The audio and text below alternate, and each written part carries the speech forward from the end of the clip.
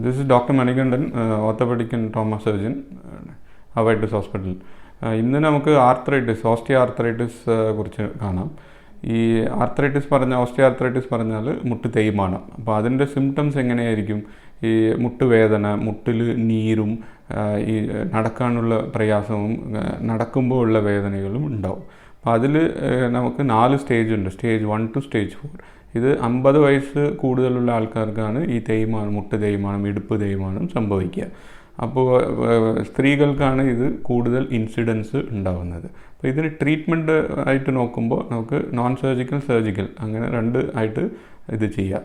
So stage 1, 2 അങ്ങനത്തെ സ്റ്റേജുകളിൽ നമുക്ക് non surgical treatments മതി. അതിൽ പെയിനുള്ള മെഡിസിൻസും, വേദന മാറാനുള്ള മെഡിസിൻസും, ജോയിൻറ്റിനകത്തുള്ള ഇഞ്ചെക്ഷൻസും, പിന്നെ മിനിമൽ ഇൻവേസീവ് ആർത്രോസ്കോപ്പി, ഓസ്റ്റിയോട്ടമീസ് അങ്ങനത്തെ സർജറീസ് നമുക്ക് ആവശ്യപ്പെടും. ഇപ്പോൾ സ്റ്റേജ് 3, സ്റ്റേജ് 4 ആണെങ്കിൽ നമുക്ക് കംപ്ലീറ്റ് പെയിൻ റിലീഫിന് വേണ്ടിയിട്ട് ടോട്ടൽ നീ റീപ്ലേസ്മെൻറ്റ് അല്ല ടോട്ടൽ ഹിപ്പ് റീപ്ലേസ്മെൻറ്റ് പറയുന്ന ഈ ജോയിൻറ്റ് മുട്ട് മാറ്റി വയ്ക്കാനുള്ള സർജറി നമുക്ക് വേണ്ടി വരും.